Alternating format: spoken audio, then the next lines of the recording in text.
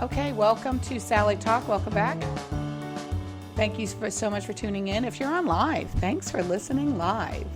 We do have live people listening, and that is very cool. So I really appreciate that. But this is a unscripted podcast. I broadcast once a week, and I just like to have people on, and we talk for an hour, and hopefully you get something out of it. They're usually people I find interesting, and so that's where we're going. Most of my running theme is going to be overcoming what life gives you. I mean, this is what our episode is today.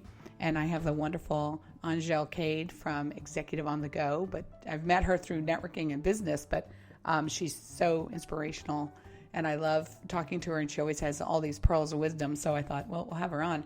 I had her on before in September.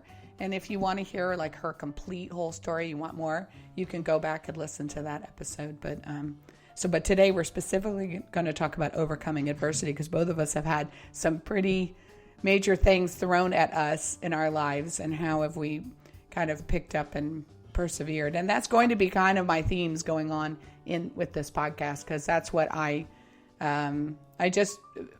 really think that the more we all talk about it, not everybody wants to.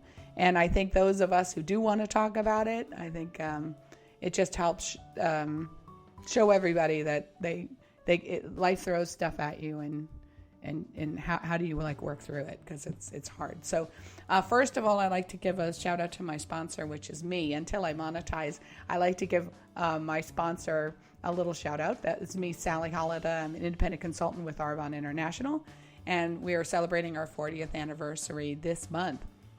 So for 40 years, our founder, Peter Mark, wanted to set up a company that didn't use harmful ingredients, didn't hurt the planet by using recyclable packaging, and also didn't want to hurt the animals, didn't want to hurt our skin. So we didn't use any petroleum-based products, no animal byproducts, no animal testing, none of that.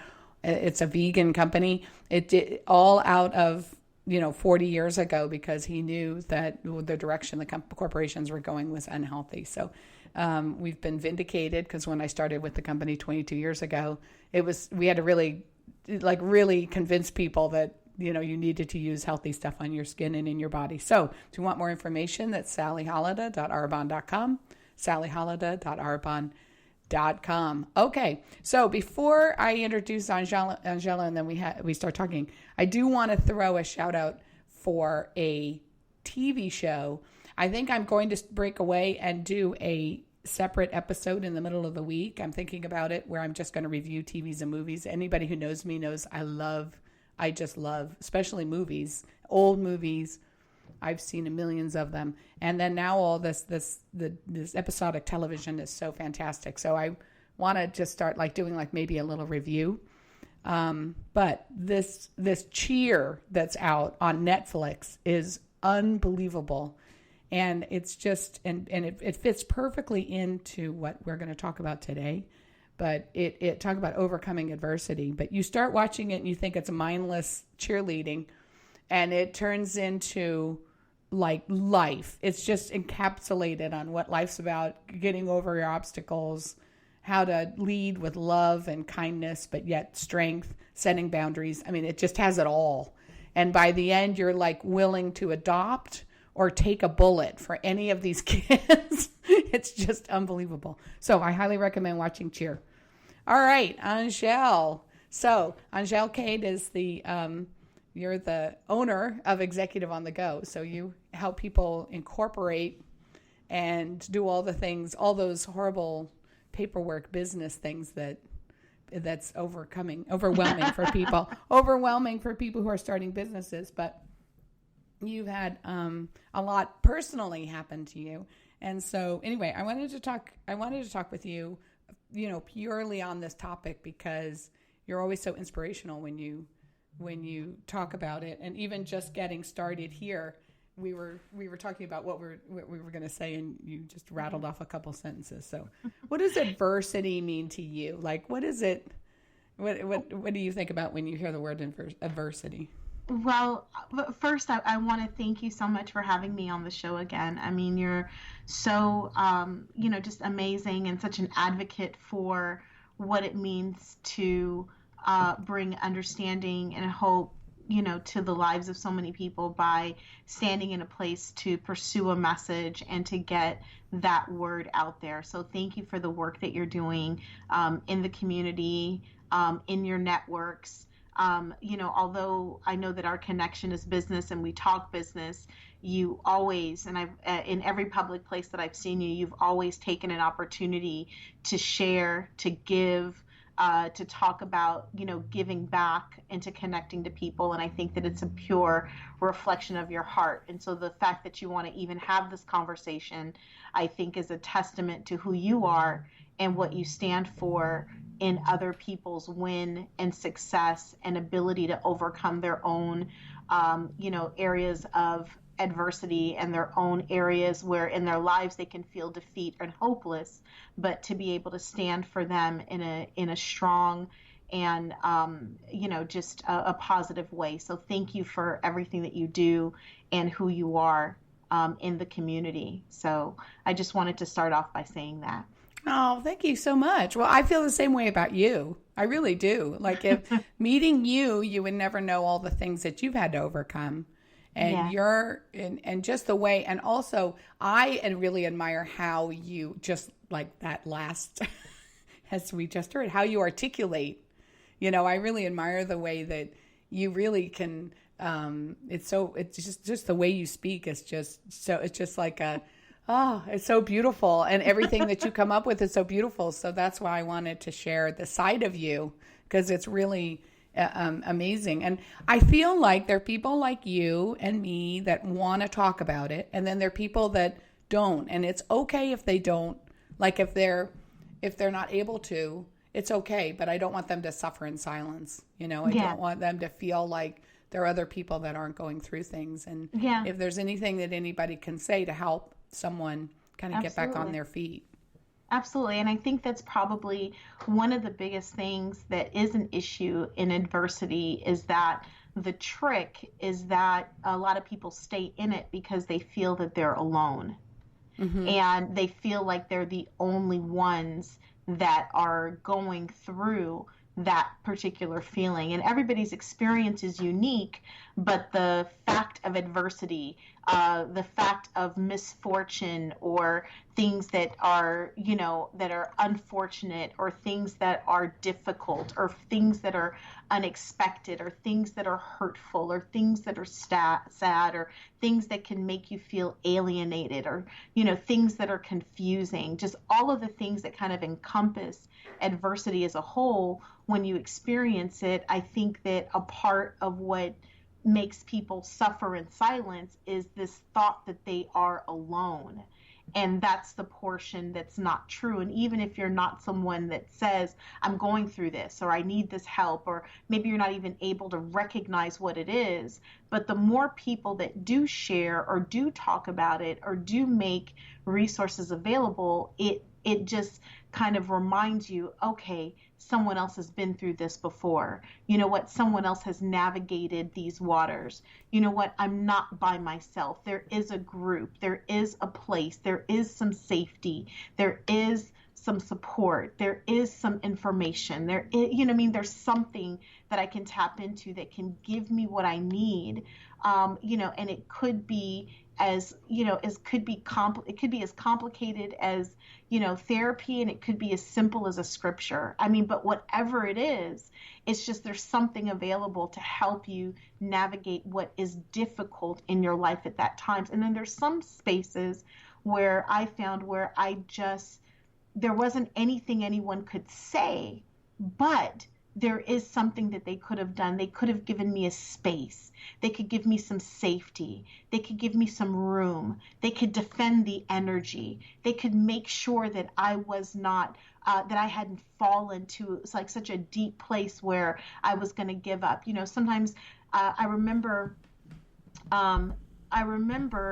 being in a place where my son is a micro preemie, and I talked a little bit about him before. And when he was born, I was pregnant with twins. So I had two sons, and they were born at 23 weeks and 3 days.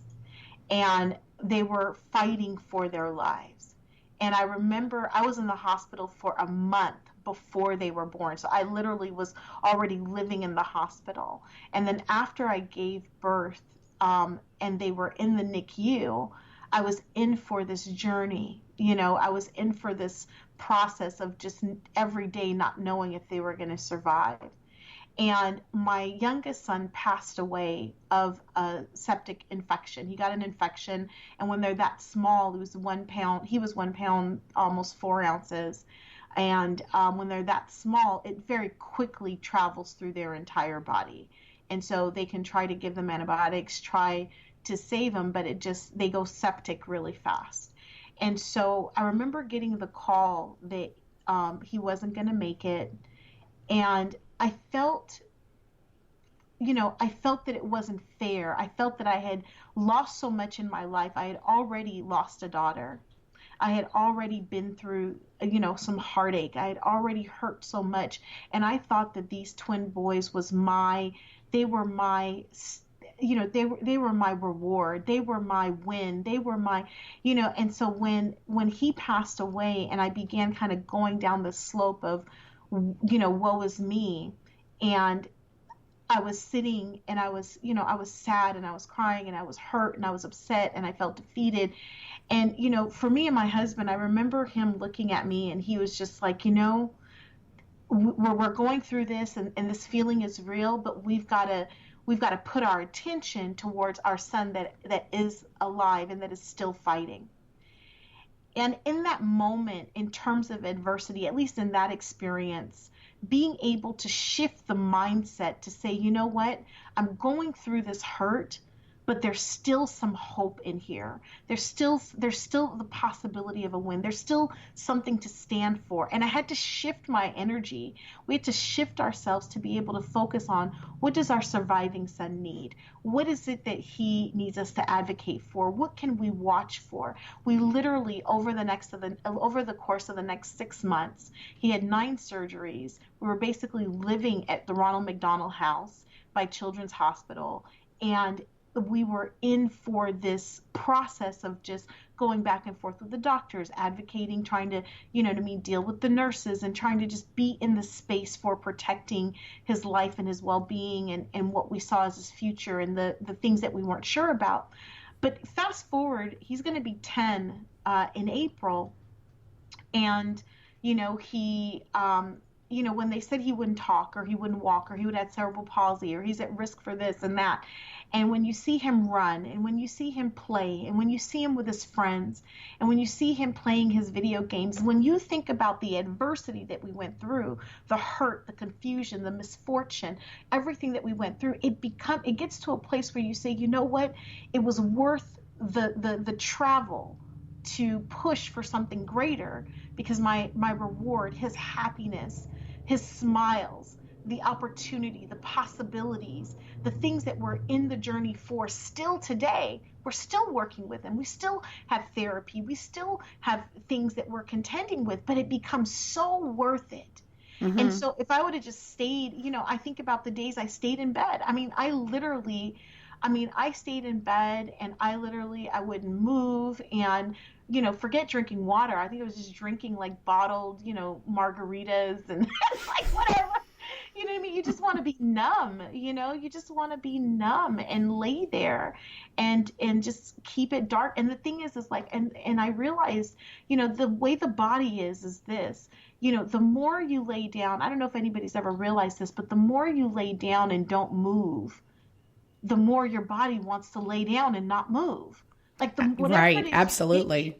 The more of it that it wants. Like it's not right, it's not healthy, it's not good. That's why it's like get up and walk, get up and do something. Because if you do that, then your body will want to do that. You'll begin to recondition. But it's the same thing with adversity, depression, the state of mind that you're in. when you're in that space. If the room is dark, I remember closing the blinds. I remember starting to open the blinds. I remember opening the window. I remember putting on a candle.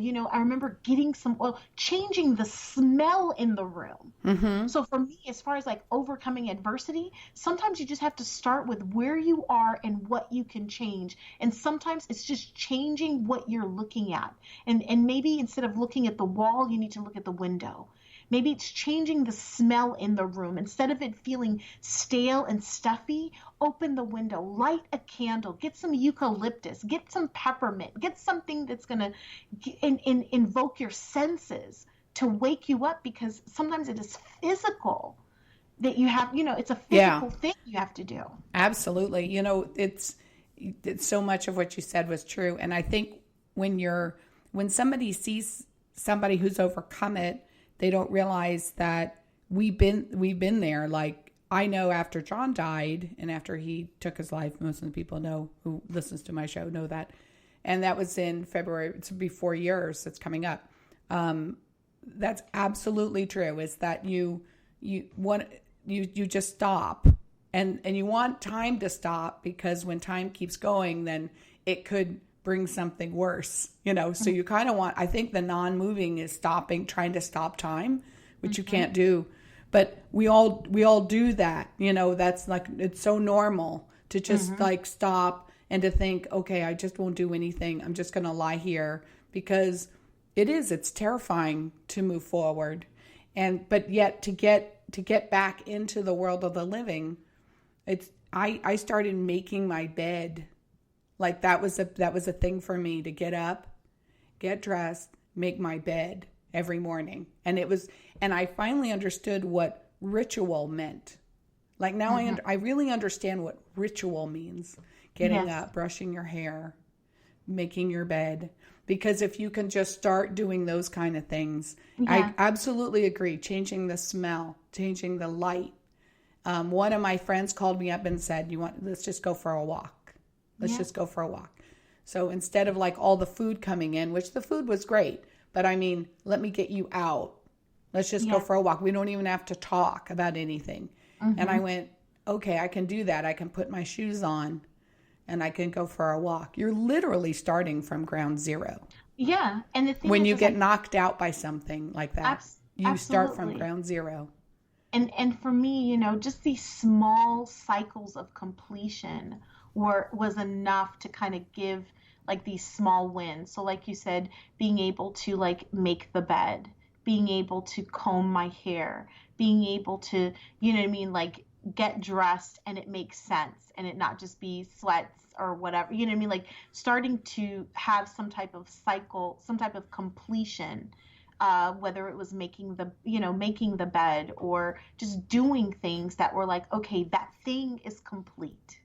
Let me go to something else, instead of just sitting in what felt like chaos and things that weren't closing loops in my life. And so those were definitely things that helped. I would have to say for me, number one in overcoming adversity is my mindset, is where I am, because I can, and it's funny when you think about mindset, it's such a, common term, and you're like, oh yeah, have a positive mindset or change your mindset, or like it's this thing we can just switch or steer or be like, oh, I just turned my mind and it just, it's agreeing with me to do this. It's so compliant.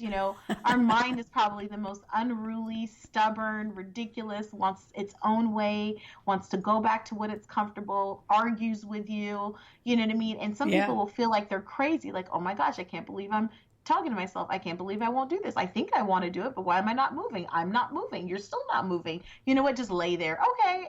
So it's this whole conversation of the, in your mind, when in reality, it's like, okay, how do I change you? Yeah. And I think it's the hardest. It's one of I really think, if not the hardest thing to do is to literally shift your brain and I look at it like taking a river that's been going one way, and then now all of a sudden saying, you need to go this way. And it just doesn't want to do it. It doesn't No. want to do it. And that's the first, I think that's the first level of acceptance, is you have to accept the fact that you are up against a formidable opponent, is Yeah. your brain wanting Yeah. to do what you have always been doing. Yeah. And it's hard to shift it back It is. over.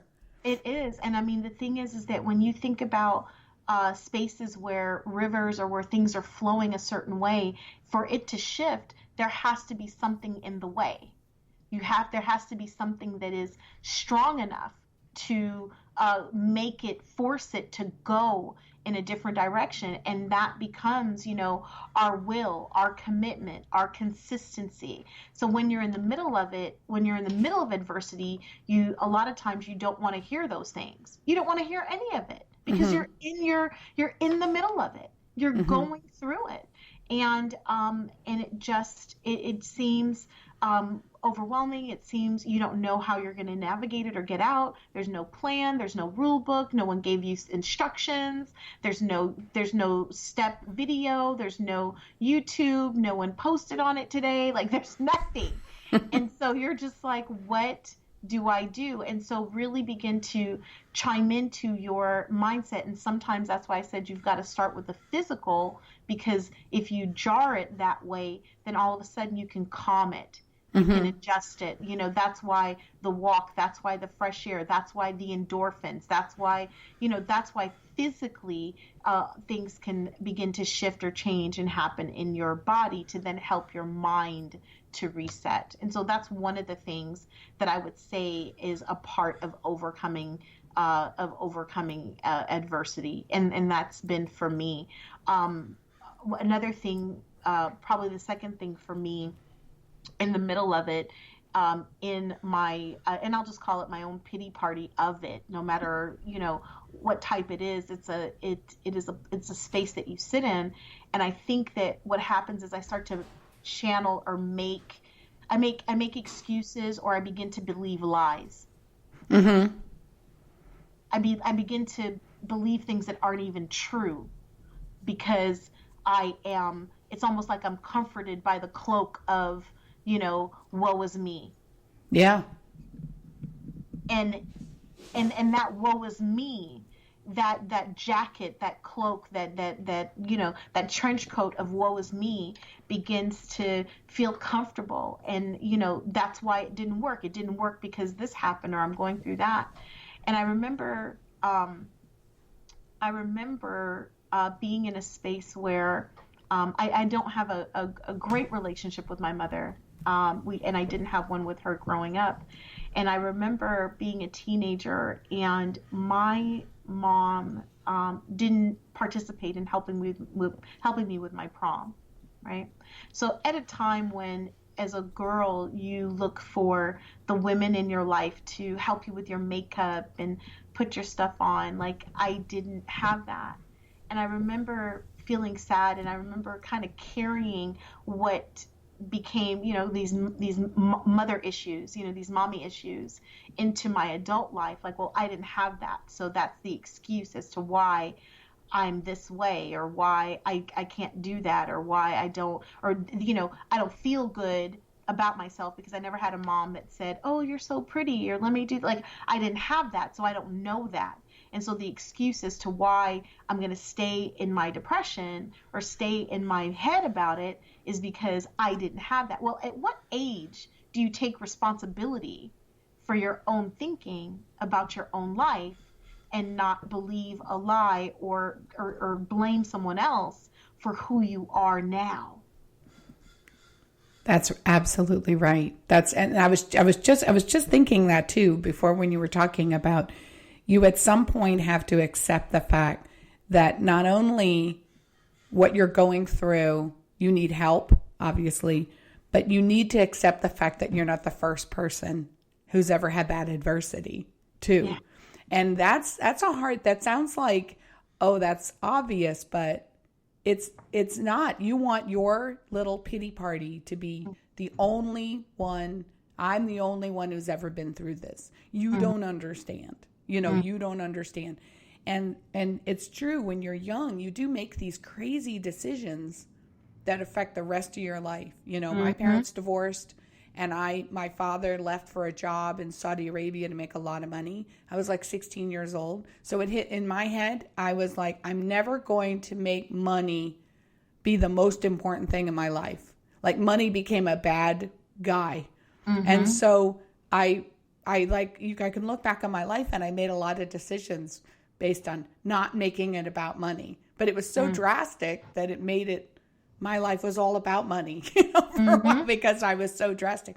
But I think you're absolutely right. We hold on to these things that become these truths, and you have to, that's one of the biggest parts, is that once you got up and you're moving and you're walking around, you have to go, what am I willing to let go that is not serving me? And that's one. A big one is admitting the fact that you're going through a hard time, but you're not the only one that's ever done it. And other people have gotten through it. Yeah. And maybe you need to let go of it being poor me and I'm the only one. And this is what I've been dealt, and how do I pick it up and shoulder it and move forward? Absolutely. And I think that, just being able to take responsibility for your own life. That's the only thing that we can take responsibility for. If we could, how many times would we fix or repair or look at someone else and be like, man, I my heart is to fix you. I want to save you. I want to protect. And the reality is that we, as much as I wanted to crawl into the incubator and do everything that I could to save my son, there was a fight internally. There was there was a mechanism internally that for one of my sons, he was not able to overcome. And because of it, led to his demise. And for my other son was now a fabric of his strength that said, okay, next surgery, we'll do it. Okay, my eyes are at risk. Okay, laser, let's do it. Okay, what's next? Oh, aortopexy. Oh, my trachea. Oh, my, you know what I mean? Like, as it came up, it was just like, okay, what's next? Let's do it. And he got stronger and he got bigger and he was, right? So the thing is that it was him. Now, outside, I'm doing the parts I'm responsible for. But I had to be able to forgive myself. Like, could I have done something to save my son? I did everything I could in the moment, and that is all that I was responsible for. And it took me a long time to get to that place, because as a parent, you want to take responsibility. I could have done this. I should have done this. I would have been there as a loved one, as a partner, as a mother, there's so many spaces where it shows up. I just have to be, for me, I have to be comforted in knowing I took responsibility for the portion that I was responsible for, and I did my best. And I have to let go of the rest. Did I choose? Like, it's funny. Like, imagine you're in the hospital. You've never been faced with understanding retinopathy of prematurity because you've never heard it before, but now your son has it. And then the doctor comes to you and gives you like 3 choices and says, which procedure you want to do. And you're like, huh? Like, I don't even have time to Google this. And you want me to decide the fate of the future of his vision based on these things? Like, and my husband, he's hilarious because he basically goes to the doctor. He lets the doctor say everything that they want to say. And then at the end, he says, if this was your child, what would you do? Like, let's just cut to the chase. And so, but the thing is that, those are the types of things that we're faced with, and we're like, oh my gosh, like, I have to make this decision. But when I make it, this is the thing. When you're in the middle of something and you make a decision, own your decision. Own your decision. Because if you go back and forth and you teeter-totter, or if you grapple with the decision that was made, should I have decided that? Could I have done more? Oh man, it didn't work. I should have did the other thing. Like, you could get stuck in a cycle that will just draw you down. If you don't let go. Once you make the decision, let it go. It was the decision. And it was the best one that you did based on all the information that you had. And that's all you're responsible for. Wow, that's really powerful. And as a suicide loss survivor and the person who's with the person that takes their life, that is your number one cycle that you could have done more. You could have done more. You could have said a magic sentence You know, you could have done, and we think we're so much more powerful than we really are. It's a humbling experience to realize that you only have so much power. You only have so much control over a situation. Truth is that you can't. I wanted to crawl into John's brain and rewire his brain so he thought differently. And I finally had to come to the conclusion that was not, I didn't have that power. I just didn't have it. And I could be upset and wallow in that for the rest of my life, or I could just accept the powerlessness of that. Yeah. And that I did. But then when I look back at all the things, what did I do? I told him that he was loved. I told him that we all would be there for him over and over again. I tried to find solutions and doctors and all that other stuff. I tried to do everything that I humanly could do. But it took me a good, year to get there. Yeah. I mean, that's the thing that I think people who are going through something need to understand, is that it wasn't like I walked out like a week later and I was like coming to these conclusions. I'd see little glimmers of answers and hope that maybe I was going to be able to get through this. But it took like a good year for me to be able to go, I could have done more. I did as much as I could, like have that little journey be shorter. Because you go through like a spiral, could take you days to get to, I did as much as I could. Once you get that scary thought that you could have done something magical, you could have done. And so it's really important to like go easy on yourself if it's taking a while, because it does take a little bit to manage and maneuver through this, depending on what it is you're going through. Absolutely. Absolutely. And the thing is that there's no set rule of what it takes for you to go through something and what it takes for me to go through something, even if it's seemingly the same thing. I've had so many people be insensitive because they were of the thought, it's saying that like, okay, if you lose a child and the child is, and you have, let's say you have a miscarriage.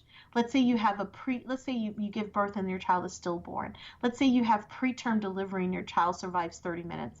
Let's say your child is in the hospital and dies a few months. Let's say your child dies at home while they're a toddler. Let's say your child is a teenager and dies. Let's say your child is a young adult and is in an accident. Are you going to then argue that any one of these parents should be able to mourn less or more?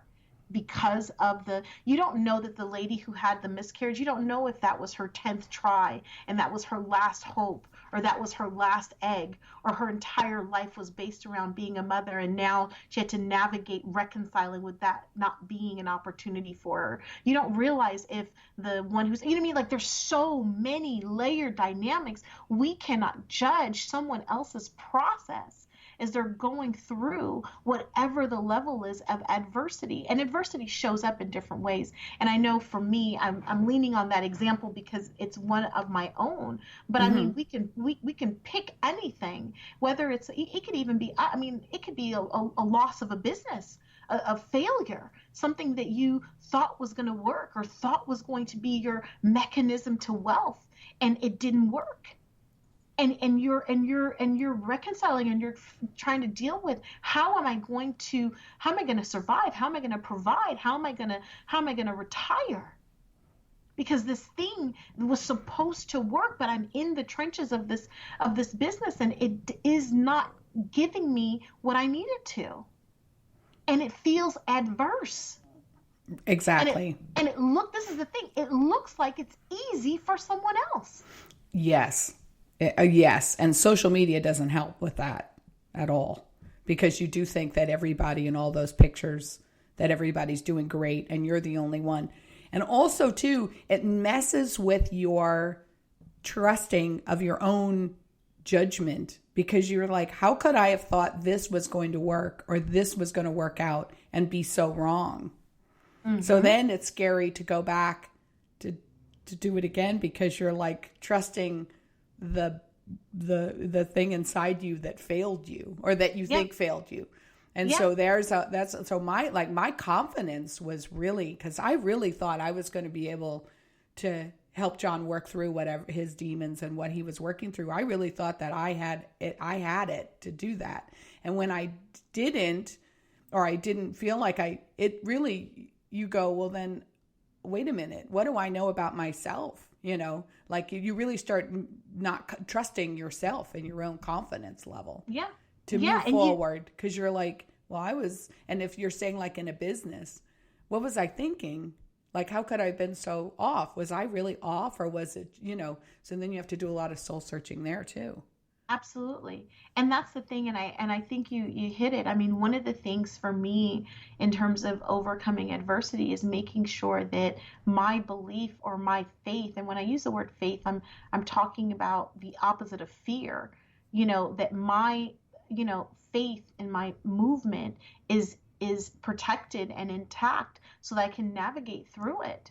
Because fear will completely, it can overtake you in those moments and tell you that you're not enough, you were wrong, when in reality you have tools, you have mechanisms, you were ready to fight. And maybe it wasn't enough for him, but maybe it's for the hundreds of people that you're touching now. Right. And maybe maybe for me it's like in going through what I was able to go through, what I was what I was able to get through. In reality, when I look back, it's like, okay, I went through it, but how many parents have I spoken to in the NICU? How many I sit on the NICU advisory board at Children's Hospital. How many nurses am I able to talk to about how to talk to parents? How many, you know what I mean? Like, is the value or the lesson or the nuggets or the wisdom or the work or the passion or the cause, it's birthed out of these adversities. Mm-hmm. It's Absolutely. birthed out of it. Yeah. If we let it, if we allow what we're going through to teach us, the lessons can collapse the time for other people. Mm-hmm. So that when they go through it, they're able to access techniques or understandings or tools, or have us be able to support, because in it is our causes, and in it are missions, and in it are things that we embrace to stand to make the world and make our communities better. But if we wallow, if we sit, if we're in fear, we can never be fulfilled in those areas. That's right. That's absolutely right. And that's what people have done. That was where I found comfort, was that I think it's really important that as soon as you can, you open your eyes and start looking around you to see who's made it through. Because we're all like a long chain of hands out, one way on one side and the other. So wherever you are, like now I go to the suicide loss survivor group things and the walks and stuff like that, because I'm 4 years out. So I'm able to say the first year was awful. Second year was not so great either, because I was trying to figure myself out. So don't think it's all over after that first year. And I'm able to kind of but they get to look at me and say, well, she seems like she's making it, like she seems like she's figuring it out. I might be able to too. Then I might be able to too. Well, that was me, because people would come to me right after John died and say, I had my father, my this, my that, this person, that person, and this is what I did. So I was able to latch on to them, and they helped me out, and we all kind of it's a long chain of everyone just kind of pulling each other up and helping each other out. But I think that what you're saying is so true, because when you're going through and you're still processing and still going through, because even for me, when I think about, grief for my son, and, we're talking, 10 years later, and the reality is that when you're looking at the things that you're going through, or where you are, based on your strength or your stand or your understanding and your wisdom, a lot of times we underestimate the strength that we possess. And so what happens is, and it's so funny because you had talked about this before we got on air. You had mentioned, and I'll correlate it to this, you had mentioned people asking you about podcasts. And in terms of your own podcast experience, you would say, well, there's not millions of followers on the podcast yet, right? You do the podcast, and you know what I mean. We deal with our our internal audio tech that's on our left shoulder, and the you know what I mean, the sound tech on the right shoulder, right? So we've got all these things that are going on, but the reality is that you've done it. So you're done it, or you're gone through it, or your strength in it is far greater than the people who haven't even moved, who have just thought about it, imagined it. So it's even in our experience, like you were saying, like it's like lifting each other up in a barrel, but it's being able to recognize, you know what, I know this much, and it's more than others, or I've been through, I'm on this side of the journey, and there's other people that couldn't even imagine being where I'm at. So being able to be that hope, because sometimes in the middle of it, that can keep us going.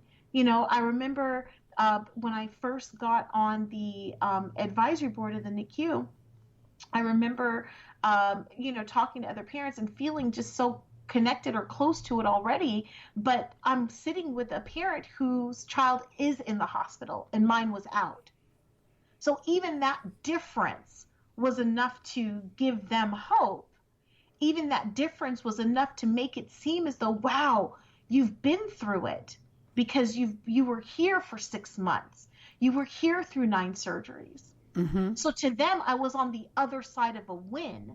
And this is the kicker. We don't stop to actually celebrate or recognize or acknowledge our small successes in the middle of the adversity that could help get us to the next point, right, of success.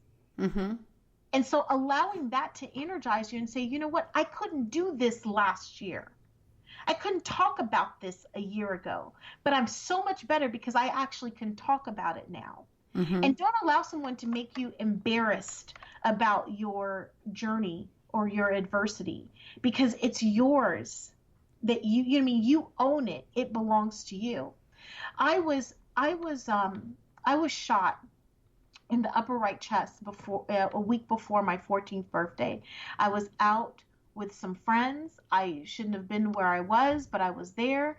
I was in a car, and it was during a time when drive-bys were prevalent, and a car pulled up next to ours. It was the guys in the car were in a gang. They pulled up, they slowed the car down, they shot through the back window, which was rolled down. It went through the front seat where I was sitting, and it lodged in my chest.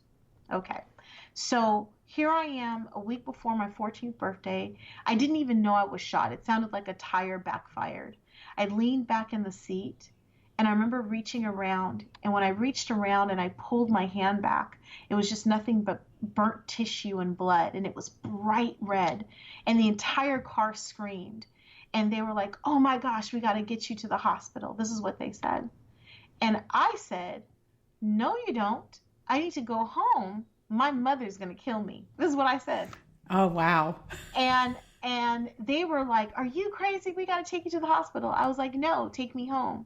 They took me home, and I got in the house. I looked at the bullet wound. I took some paper towel and wrapped it up. I changed my clothes. My friend who was in the car came back to my house and knocked on the window and was like, you got to go to the hospital. You're crazy. We're crazy for letting you out the car. And I said, no, I am not coming out the house. It's fine. It's like a flesh wound. This is me. It's like a flesh wound. I'll be fine. And so it was funny. I was out, and so my parents heard me come in, and they were in their bed, and they heard me come in. I locked the door, so I'm in the house. And so my friend is talking to me through the window, and I was like, okay, fine, I'll go to the hospital. So I go out the door, and I go to the hospital. So of course I'm at the hospital. I'm trying to give him a fake name. I'm like, look, give me a band. Like, what are you gonna do? They're like, oh my God, like I'm bleeding it's insane. So they check me into the hospital. I'm actually in the hospital for 3 days. This is how serious this wound is. And they call my parents, and this is it. They call my parents, and they tell, my dad answers the phone, and they tell him that his daughter is at the hospital with a gunshot wound. And he is like, you have the wrong house. My daughter came home. right? Because they heard Right. something. Oh, right, right. So he goes, no, my daughter's home. You've got the wrong number, the wrong kid. Like, and so they were like, no, sir, we have your daughter. She's in the house. My dad said he turned the lights on. Now, this is how delirious I was. He said he turned the lights on, and I was bleeding so much that you could see everywhere that I walked in the house. Wow. Wow. So there was just from the front door, all like the trails of blood. You could see where I was in the house. And he rushed to the hospital, and so the bullet had just missed this and that, and it was lodged in my chest, and they couldn't take it out because they were afraid it was going to create some damage, and so they had to wait until the everything grew back around it so that they could remove it from the front, right? And so that's what I was told. I was in the hospital about 3 days. My mother did not come and see me because she was embarrassed that this had happened. She couldn't believe that a daughter of hers had been shot, and this was, not to try to find the person, not to make a statement, not to look for who did this, but to be embarrassed, right? And so I was rebellious during that period of time in my life, and I statistically should not have graduated from high school. I had ditched school over 60 times. I never went to homeroom. I was the person who found the homeless guy and was like, buy me some beer, that was me. And so when my life shifted, when someone met me and said, you know what, you're better than this, when someone gave me a chance to thrive in a different environment, when these things started to happen and I grew in my teenage years, I actually was the valedictorian in my high school, and I gave my graduation speech. And in my speech, I talked about being shot because it was a part of my college essay. And my mom was so embarrassed, and she just couldn't believe that I was going to tell that to everyone at the graduation. And at that point, I realized that that story is my own, and that I have the right to share and be authentic with the things that I believe are going to help other people. And it is in that moment at my high school graduation that I committed to myself that whatever it was that I went through, that I experienced, that my transparency was designed to help someone else, and I was no longer going to hide or be embarrassed by it. I'd spent so much time being embarrassed and concerned about how it was going to make someone else look, when in reality it's my strength, it's my testament, it's what I stand on to let other people know that something greater is possible. Like if I kept that quiet, and I'm not saying that everyone needs to share everything, but at moments we can pick and choose the things that are meant to encourage people, that reflect our own overcoming of adversity, own overcoming of what was designed to kill us or hold us down or make us feel that we are less than. Oh, I was shot, so I shouldn't go to college. Oh, I made these decisions, so I shouldn't be successful. Oh, this was my background or my childhood, or these were mistakes that I made, and so I should be punished for the rest of my life. No. I deserve something better. I deserve opportunity. I overcame something great. And because of it, I should be able, in an authentic space, be able to help someone else and distinguish the difference that I am based on the decisions that I've made of where I am now. When someone meets me now, can they tell what I did then? Probably not. But to me, it's a testament of why we shouldn't judge anyone or what the possibility is for anyone's future. Because if you can't tell that I was the kid that ditched, and the kid that smoked, and the kid that drank, and the kid that went into gangs, or the kid that got shot, or the kid that ran away from home, or the kid that tried to commit suicide, or the girl that, if you can't, the list of things, if you can't tell, then it becomes in certain opportunities, it's almost my responsibility to remind the world that that's where I came from. so that when you see someone there, don't judge them because you don't know what they're going to be. So overcoming adversity is not about carrying an elongated residue of what you had to go through, but it's about being authentic in the overcoming that points to there's still opportunity for us to be great, and we can help each other along the way. See, this is why I just like to let you talk. Because that's so powerful. That was just so powerful. And that's exactly how I feel about the stigma with suicide, is that people don't want to talk about it because they think that there's something that comes along with it, that the judgment and also the contemplation of suicide. Just the fact that anybody got to the point where that there's something wrong with them, or that there's, nobody wants, but yet if you could let people talk about it and let people be transparent, and then the people that you would never ever imagine, if they share that they've been there, it's huge. It's huge. It's powerful. So that when someone gets to the end of their tether and then they look around, they go, wait a minute, I heard somebody said that they got there and they were able to pull themselves out. Just the fact that somebody did, is really, really powerful. That's why, like Holocaust survivors, it's always fascinating to hear about people who survived, because a lot of people give up, they get in a bad situation and they give up because they don't think there's any way that they can get out of their particular situation.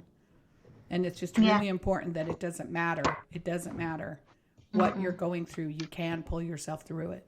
There's been somebody who has been in something similar that can, that pulled themselves through it. Yeah. So that's beautiful. So thank you so much, AnGele. We're actually at the hour. Isn't that crazy? Went so fast. But thank you so much. And this is why I wanted to share you with my listeners, because I just love how your mind works, and how it's just beautiful. It's like like poetry. When you get rolling, you get on a roll. It's like, oh, it's so beautiful. So what do you have before I sign off? Just let everybody know like what you have going on, and what is your, what is it that you, business wise or whatever, you can just I appreciate it. For anybody who's listening, who's interested in starting a business, whether a corporation, an LLC, or even a fictitious business name, my company, Executive on the Go, we're here to serve and support those that have vision for business and purpose. Maybe you want to start a nonprofit, maybe you have a cause or something in your heart and you think, oh, it seems so big or it seems so daunting. We make it easy. We support you. We navigate through the paperwork. We do the document preparation. A lot of people ask, are you attorneys? Are you accountants? We are not. We actually work with them. And to be honest, a lot of them come to us to do that work for them because they don't necessarily specialize in that work. We support, and we've seen what it takes to navigate through the space with the Secretary of State, with the IRS, with the licenses. So if there's any thing that you need in that area, please feel free to reach out to me and let me know that you heard of us from Sally's Talk. So if you want to reach out, it's execonthego.com, EXEC onthego.com, or you can feel free to give us a call at 818-886-4895. So that is what we're here to do, and here to support for anyone that wants to do business. Also, I am actually speaking at our next WIN networking meeting in February. Oh, good. So I will be the guest speaker. So if anybody's local and wants to come out to our chapter meeting in Burbank, Glendale, that will be next month. So I'm really excited about that. So First Thursday of the month. Yeah. Yes. For lunch. Yes, absolutely. So we'll be having a talk on business. It's going to be very exciting. There's a lot of changes in California for those of you that are here. There's some major changes that have come down the pike that have impacted independent contractors. So I'm going to have that conversation as well. And so just stay connected, or follow me on Facebook, join me on Instagram, and let's go through this journey together and continue to grow and learn and be better and experience all of the success that we deserve. And share your nonprofit. So I'm a founder of a nonprofit called Cali Now. Cali Now, it stands for Culture, Arts, and Leadership Exchange. Our purpose is to create global leaders. It's to expose kids that are underserved in our community from ages 11 to 14 to personal development and cultural exposure. Every year we pick a country and we expose the kids to the music, the arts, the food, and we give them a taste of that country here locally, and we join with other groups and other organizations to make sure that the kids have an amazing experience. But it culminates at the end of the 8 weeks in the summer to taking the kids to the country that we have been studying and to let them experience it. And I tell you, when you give kids the gift of the world, they are empowered and they believe that they then can do anything. We've taken kids to Peru, to Lima, Cusco, to Ireland, to Italy. We've taken a group of kids to Singapore. We've taken kids to Cuba. We've taken kids all over the world. And when I tell you, these kids come back and they want to be doctors, they want to be lawyers, they want to start their own organizations. They see the world differently, and they realize it is not just about the small space that they've been limited to in their lives, but that there's a whole world out there for them to experience. And I just believe if you can give kids that gift, that if you can open up the world for them, then they can participate in it in a greater way. And so our mission is to create global leaders, and it's our gift to give these kids the world and give them this opportunity. Kids all over the world, kids in Europe travel all the time. All the countries are so close. They hop on a train. Kids that are from affluent families, they travel, they hop on the plane, they go with their parents, they're in this place and that place. We've got kids right here who've never even been to the beach, And so let's open up the world for these kids and allow for them to compete on a global market, to have a chance. We have this amazing future ahead of us. We just got to equip our kids to be able to take it on and make it great for our legacy and for our future. Well, and on that note, thank you so much. You are amazing. You are an inspiration. You're an inspiration to me. And I'm so grateful and blessed that we're friends. Yes. I love the way you take what you've been through and try to make the world a better place. I mean, that's kind of it in a nutshell, right? It's right. Overcome it, figure yourself out, pull yourself together, help those around you. And then if you could help the world, right? Yeah. It's like, that's kind of what we're here for. Yes. So just thank you. Thanks so much for sharing. Thanks so much for being on my show, and you'll be back. We'll pick another topic. Absolutely. Thank you. All right. Thank you so much, Sally. Thank you so much. And so we'll be back next week, and I might do a movie. And like I said, if you want to watch that cheer, everything that we've talked about just falls right into that show. It's a remarkable show. So watch it on Netflix. It's 6 hours and it's done. It's not a season. It's 6 hours. That's it of your life that you'll be glad you spent. So thanks everybody. Have a good week, and talk to you again. Bye-bye.